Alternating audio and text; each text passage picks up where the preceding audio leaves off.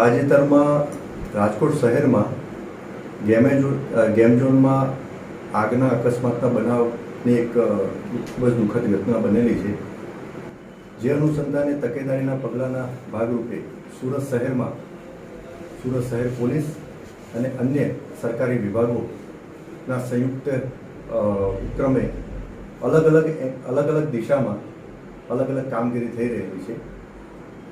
આવા બનાવો બનતા અટકાવવા, લોકોમાં જાગૃતિ લાવવા અને અલગ અલગ એકમોમાં સેફ્ટીના મેજર્સ લેવામાં આવે છે કે સેફ્ટીના ઇક્વિપમેન્ટ્સ પૂરતા પ્રમાણમાં છે અને આવા કોઈ અકસ્માતના બનાવ બને તો લોકો તૈયાર છે અથવા કોઈ એકમમાં કામ કરતા કર્મચારીઓ, અધિકારીઓમાં એવી સ્કિલ છે.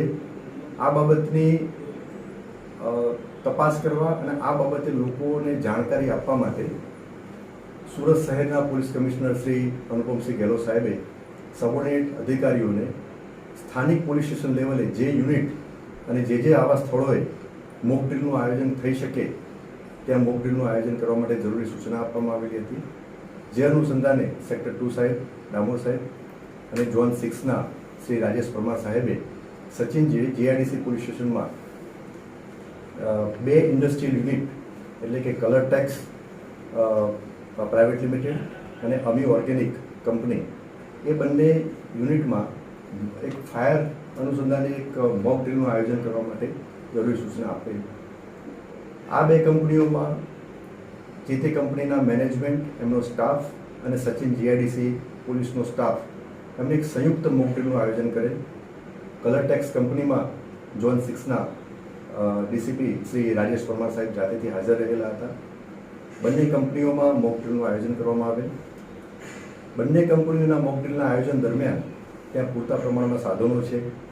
સાધનો વાપરવાની જાણકારી જે તે સ્ટાફમાં છે.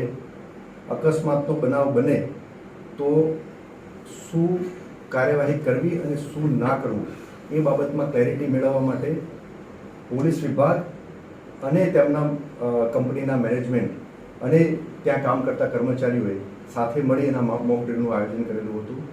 મોક ડ્રીલનું આયોજન ખૂબ જ સફળતાપૂર્વક પૂર્ણ થયેલું છે. લોકોને અકસ્માતનો બનાવ બને તો શું કરવું અને શું ના કરવું એ બાબતે ક્લેરિટી આવેલી છે. અને આ જ પ્રકારનું આયોજન, મોક ડ્રીલનું આયોજન હજુ અમે નવા જે અમારા સ્થળો જે પસંદ કરી અને જે તે વિભાગ અથવા તો જે તે એકમના મેનેજમેન્ટનો સંપર્ક કરીને ફરીથી પણ અમે મોક ડ્રીલનું આયોજન કરવાના છે.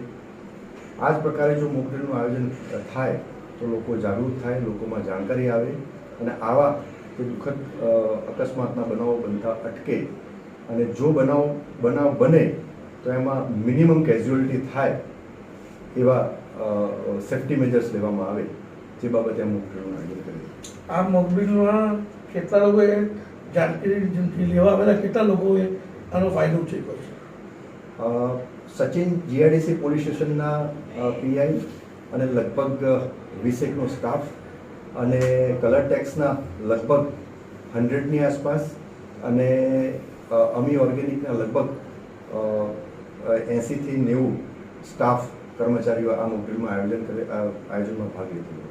પોલીસ દ્વારા કે તંત્ર દ્વારા આગળ કોઈ આ સોસાયટી કે અન્ય જગ્યા પર આવી કોઈ કાર્યક્રમ યોજીને લોકોને જાગૃત કરવામાં આવશે ખરા?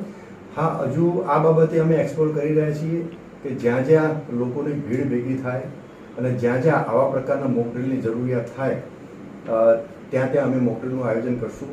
પ્રાયોરિટીમાં અમે સચિન જીઆઈડીસી પોલીસ સ્ટેશનમાં જે ઇન્ડસ્ટ્રીયલ યુનિટ જે છે એને પ્રાયોરિટી આપી અને ત્યાં પ્રાથમિકતા આપેલી છે મોક ડ્રીલનું આયોજન કરવા માટે.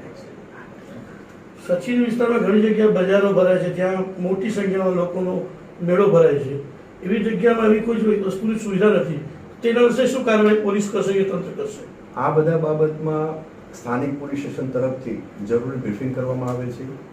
જે તે જગ્યાએ આવું પબ્લિક ગેધરિંગ હોય તો ત્યાં પબ્લિક એડ્રેસ સિસ્ટમથી અમને જરૂરી સૂચનાઓ આપવામાં આવેલ છે. અને આપ સૌ જાણતા હશો કે સુરત શહેર પોલીસ અને અન્ય સરકારી વિભાગોના અધિકારી કર્મચારીઓ જોઈન્ટલી ખૂબ જ વિવિધ એંગલ અને વિવિધ પાસાઓ ઉપર તપાસ કરી રહ્યા છે અને અમુક જ્યાં ગેરકાયદેસર જણાઈ આવેલ છે ત્યાં સીલિંગની કાર્યવાહી અને ગુના નોંધવાની પણ કાર્યવાહી કરેલી છે. એટલે ઘણા બધા ફ્રન્ટ ઉપર એક સાથે આ કાર્યવાહી ચાલુ છે. જી thank you. Okay sir. Okay.